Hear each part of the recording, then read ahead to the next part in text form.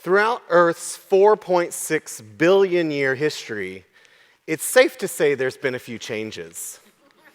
The sea and land have fought for their share of Earth's surface through things like earthquakes, rivers, and plants. With equal power, humans have had an impact on Earth's progress by moving these resources, shaping the land, and even changing atmospheric chemistry. While we know all of these things, whether natural or human-made, have had a great impact on our world, we're still peeling back the layers to track the full impacts of those actions through our history and what this means for our future. To look back on our past, we need records and stories that explain those changes. And trees are the oldest storytellers in the world. They tell us about how their environments changed in the past, and now trees are telling us how humans are shifting the stories of our future. But how do they tell their stories? That's where I come in. I interpret the stories our trees are telling by studying their growth rings, specifically studying how hurricanes and sea level rise affect tree growth. But before we dive into their stories, we first have to learn a little bit of their language. A tree tells its story not with words, but with rings. 1 year of growth for a tree is represented as a tree ring, and that growth can depend on numerous environmental factors. Liebig's law of the minimum tells us that a tree can only grow as much as its limiting nutrient. And limiting nutrients for a tree can include temperature, availability of sunlight, nitrogen, or most commonly, water. Tree stories are also often told in patterns of rings. A nourished tree tends to show the same pattern of wide rings because each year that tree gets the maximum amount of nutrients it needs. But a stressed tree, that shows us something different. A pattern of environmental change with narrow rings signaling some stressful event, like a hurricane. And when large groups of trees show this same pattern of environmental response, we can use that information to tell us what the environment was like in the past.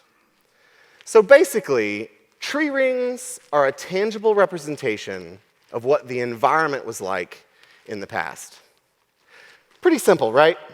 Here's how something that simple can have a big impact on how we make decisions today. In 1922, the Colorado River Compact was formed to make sure that the 7 states plus Mexico that border the river would get their fair share of water. Using 20 years of river data, governors of each state agreed upon fair water allotment. But what those governors didn't realize is that that 20-year period of data they used was one of the wettest periods ever for the Colorado Basin. Their miscalculations are a major contributing factor driving water shortages in the US West today. Their calculations could have been different if the governors would have referenced trees, species that hold centuries of information decodable from the rings. Trees provide lots of data before humans weren't paying much attention. And by increasing that knowledge of the past, we have greater confidence in the future. In various parts of the world, trees are telling us about past natural disaster events, such as droughts during the collapse of ancient civilizations, about changes in global climate patterns during the last century of technological advances, and about increasing wildfire severity during a time when natural hazards are at an all-time high cost. But one area where we're only starting to explore the story of trees is along coastlines. And those are the stories that I get to study. While studying coastal trees, we keep a few known facts in mind. 1, freshwater is crucial to tree growth. 2, in coastal zones, saltwater replaces that freshwater. And 3, though some coastal trees can adapt to take on that salt water, many others have to spend energy to filter out salt from seawater, ultimately leading them to receive less fresh water. So we'll keep these things in mind as we start to explore how sea level rise is changing our coasts. In Louisiana specifically, the coastal landscape was created by the uniform spreading of sediment. And that creates a flat ground, and flat grounds allow the sea to enter rapidly and stay for long periods of time over great distances. Trees growing in those flat coastal plains die as a result from too much salt water, creating what we call ghost forests. And in the southern United States, those trees are predominantly our iconic bald cypress. Studies show that cypress trees can withstand some saltwater inundation, given that the sea eventually retreats from annual river floods. We also know that these trees can survive large storms, like hurricanes. My research specifically shows that it might take a few years for that tree to recover, but ultimately it can withstand numerous hurricanes throughout its lifetime. We see these hurricanes as pulse events in the tree ring story. A few wide rings before a hurricane, followed by a few narrow rings after a hurricane, mark the pattern of a stressed coastal tree. And that pattern can continue as long as the tree can receive fresh water between hurricanes. But what a coastal tree cannot do is endure a large storm system after multiple years of constant saltwater inundation. When sea level is consistently high and massive hurricanes approach nearby, the tree has a much more difficult time recovering. It may survive for a few more years, but without some freshwater input, the tree and its neighboring trees will die. In Louisiana, the coastal landscape changes so quickly with respect to sea level rise that we have a unique view of what is to come. In other words, Louisiana's coast has a fast-forward button when compared to the rest of the world. Just 10 years of coastal change in Louisiana is like 50 years of coastal change in South Florida, just a few hundred miles to the east.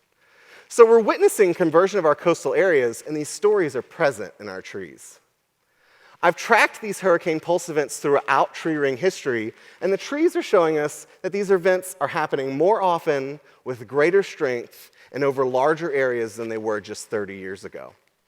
So while we know sea level rise has always been an issue, the trees are now showing us that the problem is only getting worse and becoming something we can no longer ignore.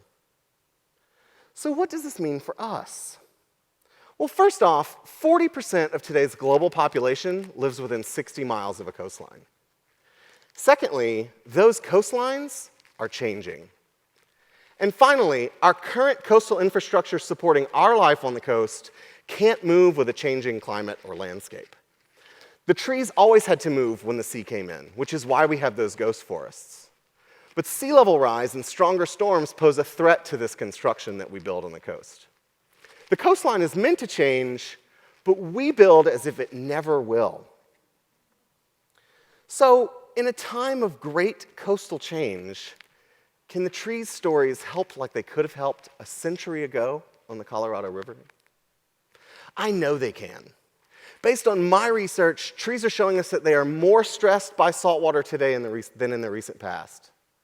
That the change today is happening faster than it used to. These are stories I hear every day. Stories of our trees. Stories that occasionally last for thousands of years. Stories we can learn from. Maybe we should start listening. Thank you.